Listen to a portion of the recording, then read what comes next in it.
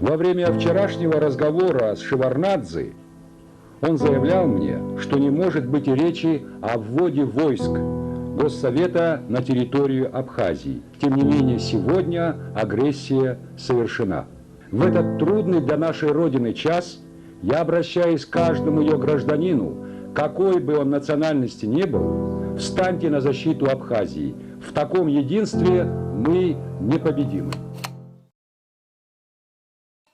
Ну, довоенная жизнь вообще, честно говоря, у нас была прекрасная. Я не знаю, мне кажется, у всех она была прекрасная. Во-первых, с соседями мы жили всегда очень дружно. Ну, это, наверное, ни для кого не секрет, что если я варю борщ, и у меня нет свеклы, я пойду к соседу, даже если его дома нет, и возьму эту свеклу и приду сварю борщ. То есть мы жили так, у нас двери никогда не закрывались. До военное время я весь Советский Союз объездил, а нас Курорторг выгонял. Просто вот если у нас выходные, значит 10 дней мы работали, 10 дней мы были дома, нас просто отправляли куда-то. Я объездила весь Советский Союз, я была везде. Потом начался этот национальный вопрос подниматься как-то, но он всегда поднимался в принципе. Но война, конечно, началась абсолютно неожиданно. 14 августа, я как сейчас помню, у меня еще дома были отдыхающие. Ну, вначале вообще казалось, что этого быть не может, и что сейчас час-два пройдет, 3, день-два, и это закончится все. То есть люди договорятся. Не может так быть, чтобы человек человека убивал. У нас такого не было даже в мыслях. 14, когда число прошло, на следующий день пришел сосед, вот здесь у нас наверху, там последний дом уже в лесу. Сосед живет. Он говорит, вы знаете, говорит, вчера мужчину здесь застрелили, убили, застрелили и сожгли. Потом мы с соседкой пошли туда смотреть. Узнала я этого водителя, Пасания бедный. Сейчас там, вот я говорю, памятник у нас стоит. Многих здесь убивали и сжигали они за месяц. Месяц вот они в Гаграх только были. Вот эти вот первые эмоции, первые мысли, которые... Жуткие. А их передать сложно, понимаешь? Человек вначале как бы выплескиваешь себя, да, а потом ты начинаешь себе. Люди начали бояться, появился страх. Когда приезжали сюда на автобусы боевиков, тогда вот этим хитрионовцы были, боялись их, не боялись гвардейцев. Это молодежь была призывного возраста. А боялись именно хитрионовцев. Они были такие отвязные. Один день, значит, сюда приехали на автобусах мехидрионовцы, вывалились. Вся улица была, это был какой-то ужас. А моих детей дома не было. Я не знаю, куда, ну вот вышли со двора. И у меня испуг просто началось, вот такое, знаешь, спазм внутри какой-то. Она выскочила со двора и начала их искать. Вот здесь в речке напротив, они форель ловили.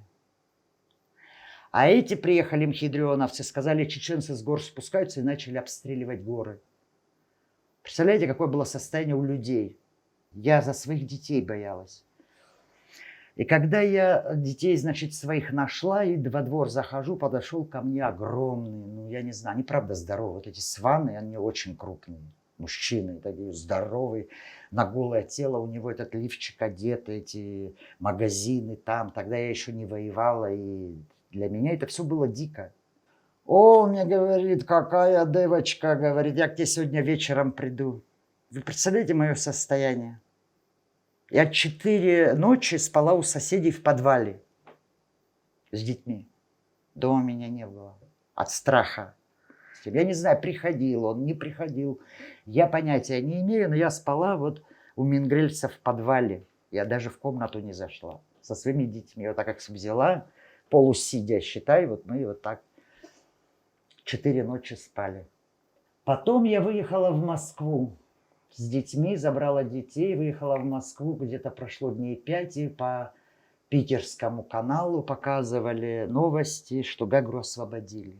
В конце октября я детей забрала и приехала уже сюда. Лето, начало лета, когда вот я детей к отцу отправила туда, на Кубань. Приехала. Но у меня такой цели не было попасть в десант, в Очимчиру. Это дело случая было вообще. Как-то сидели с соседками, разговаривали, тоже кофе пили. Я говорю, девочки, говорю, пойду к Баталу в Ишеру. У Батала был женский батальон же в Ишерах. ну, медсестры. До этого, значит, вот в КБРЦ я ходила, познакомилась с ребятами в КБРЦ, ачимчирские ребята после ранения. А они говорят, мы тебя отвезем в Ишеру. И отсюда с дома, значит, они сюда подъехали, меня забрали, еще и Терка вышла меня провожать. И говорит, там был Бабай, мой золотой Бабай, его сегодня уже живых нету, Нукзар Сангуля. Он самый взрослый был среди этих ребят. И она ему говорит, ты не смотри, что она армянка. Вот и Терка, моя жизнь, она как сестра мне. Если с ней что-нибудь случится, я тебя найду. Вот ты ее какой из дома забрал, чтобы нам такую ее и вернул. И мы поехали, они мне говорят, давай по дороге в Мюсеру заедем, а потом мы тебя в Ишер отвезем. Там что-то им надо было. Я далека вообще от этого была. Приехали мы в Мюсеру, стоит баржа. Ну, полная Мюсера людей. Понятия не имею вообще, что происходит. Ну, военных много, баржа стоит, глиссера видела. И мне Бабай говорит, а ты стрелять умеешь? Я говорю, конечно, умею. Дают мне автомат, пошли. И там, значит, такая впадина в Мюсерах есть. Конечно, я умею. Мы учились в советское время, мы все умели. Ну, в общем, я отстрелялась, и меня так по плечу похлопал, сказал, неплохо. Ребята мне сказали, ты знаешь, сейчас вот оказывается, наши ребята плывут куда, никто ничего не знает. Мы плывем с ними, мы тебя не сможем отвезти в Ишеру. Сможешь сама, значит, поехать? А я говорю, так стояла, думала. Я говорю, а куда я без вас поеду? Мне дали автомат. До сих пор номер помню. 7, 3 единицы, 7,62 автомат. В журнал записали, значит. Но уже почти все погрузились на баржу. Это уже в самом конце. Вот у нас разговор шел, там уже закат, уже дело к ночи идет. И вот мы одни из последних, мы загрузились на баржу. Когда на баржу загрузились, никто не знал, куда мы плывем. Сперва сказали, что мы плывем на маяк в Сухуми. А потом, значит, сказали, уже, значит, ночь, часа, наверное, 3 где-то ночи. Сказали, мы высаживаемся в Тамышах. Когда мы начали подплывать к Тамышу, сачимчири начали нас бомбить. Сопровождали нас глиссера. Вначале вертолеты, потом глиссера, потом я... Вообще мы шли на 2 баржах. У нас на одной барже были мы, как потом выяснилось, а на другой барже мы везли град туда и оружие. Вот граду, снаряды. Потом приплыли, когда в этот Тамыш, как выяснилось. Начали мы выгружаться, ребята начали снаряды со 2-й баржи выгружать, а мы пошли к школе. Было, знаешь, страшно всегда. Когда бомбить нас начали, ну вот вокруг баржи снаряды падают, конечно, было страшно. Я вообще человек боговерующий, и всегда, когда мне тяжело, я к Богу обращаюсь. Я Бога всегда просила, Господи Боженька, дай, чтобы я своих детей еще могла увидеть. Меня только это всегда волновало. Раз я уже туда попала, понимаешь, я же не поняла, что куда я плыву. Конечно, я не говорю о том, что, может быть, я дала бы задний ход назад, а может и дала бы. Вот если бы я знала бы, что будет впереди. Вот сегодня об этом тяжело говорить, понимаете? Что могло бы случиться, если бы я точно знала? Я же не воевала, я с дивана фактически встала, чашку кофе поставила и попала на войну. Потом мы, когда выгрузились с ребятами, мы шли огородами там, вот к школе, да, тоже особо не понимали, потому что нам дорогу очистили, нас встречали ребята ачимчирские, они дорогу почистили, трасса уже была чистая, там, то есть боев там я не застала. Но когда мы уже подошли к школе и приняли бой, вот тогда я поняла все. Бой был действительно жуткий, конечно. А как для меня это был первый мой бой. Ситуаций было очень много горячих. Это вот был первый день, да, вот когда мы выгрузились, вот этот страшный бой, очень много раненых было, очень много убитых было. У меня было такое ощущение, как будто, это, знаешь, через мясорубку что-то пропускается. Вот. Я помню, мы лежали на кладбище между могил, А у нас же рюкзаки были набиты снарядами. Гранаты были, патроны были, все, что хочешь, было у каждого в рюкзаках. А ребята же, когда в бою, они рюкзаки скидывают, чтобы им легче было. Эти рюкзаки вот так лежали. И был такой момент, когда голову поднять нельзя было просто. Вот косило. И вот я лежу вот так на земле. А Бабай, значит, недалеко от меня палку взял. И вот эти рюкзаки он ко мне близко, ну, чтобы меня не зацепило. А я ему говорю, ты что делаешь? Там же гранаты. И он начинает их назад оттаскивать. То есть не соображали, мало соображали. Ну, бой был действительно там тяжелый. А потом, знаете, в чем мне повезло? Вот мне реально повезло. Я всегда об этом говорила и говорю. Вокруг меня были достойные люди. В десанте нас было 6 девушек в общем. Десант был около 300, 250, по-моему, человек. У нас было 6, как выяснилось уже после войны. Первый раненый, первый погибший, это очень больно. Для человека, который вообще к войне никакого отношения не имел, это очень больно. И у меня все время, знаешь, было... Вот как его домой принесут и что скажут родным? Это очень сложно. Первый погибший, погибших было много, и раненых было много, и тяжело раненых было много. В тот момент было очень тяжело, мне во всяком случае. Я же говорю, это был первый мой опыт на войне. Для меня это было очень сложно. Мне все время казалось, вот даже не то, что казалось, а вот как мать. Вот сегодня я сына потеряла, я это все понимаю. Оказывается, это, знаете, такое чувство вот матери, как его принесут. Вот я не говорю, там мужчины как отреагируют. Мужчины, они мужчины, когда больно всем. Но мать, как это перенесет. Вообще война это такая вещь жуткая, не дай бог никому. Все мне эту трассу держали. Потом трассу, последний день, как раз я тоже там присутствовала на позициях, когда мы сдали трассу.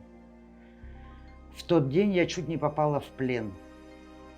Так получилось, значит, что нас было 13 человек, больше не получилось, там не пошли на позицию. У нас был парень, один минер, минировал. У него не было автомата, я ему отдала свой автомат. А ребята меня посадили за стенкой дома. Бабай мне все время давал сигареты с фильтром. Ребята все курили приму, астру, ну такое без фильтра, или табак, или что-то. А у него, видно, была нычка где-то, и он мне давал магну в пачках с фильтром. Вот я эту магну курила. И когда они меня за домом спрятали, за этой стенкой, ну как спрятали, они там, вот тут, говорит, ты сиди. А они, значит, растянулись по позиции. А рядом со мной был Гарик Беби, мой золотой, он живой, дай бог, пусть 100 лет живет. И он мне вдруг так кричит, зовет меня и говорит, Света. Я говорю, что тебе надо? Он мне говорит, дай сигарету. А я так на него посмотрела. Иногда такие бывают, знаете, нюансы. Я говорю, не дам. Отвернулась от него и теперь думаю, вот крохоборка. Вот нас сейчас убьют, а ты ему сигарету зажала. Вот так и думаю себе внутри.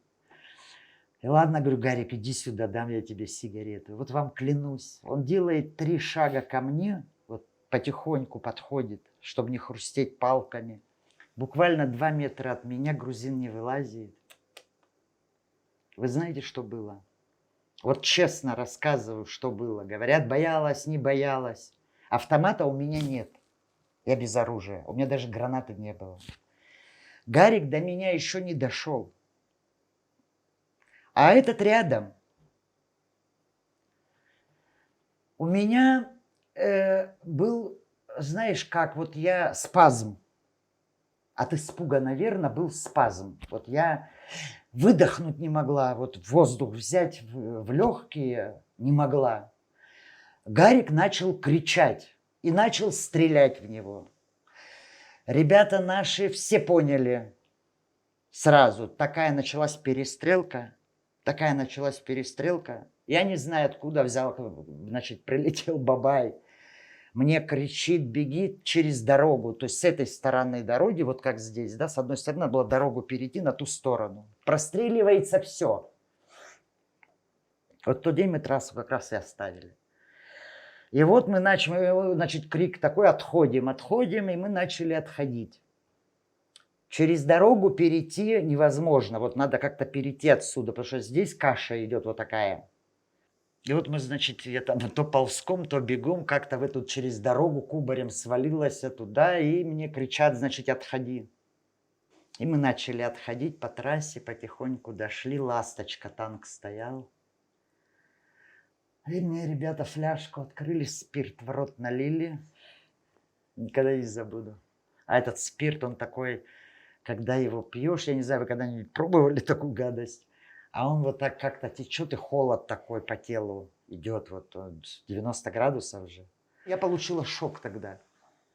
Представляешь, если я попала бы в плен? Я даже представить этого не хочу.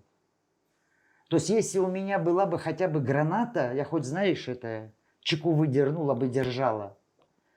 А когда у тебя нет ничего, ну, это очень страшно. Это правда, когда иногда говорят, ой, там я не боюсь, я не верю. Все боятся. Нет такого человека, который не боялся бы. Ситуации в жизни разные. Лакута ранили. Как раз перемирие началось, и мы вертолетом меня ребята сюда. Я уже начала переживать. Ну, я попала случайно туда, в десант. Меня ищут. Я уже чувствовала, что меня ищут. Просто где я делась.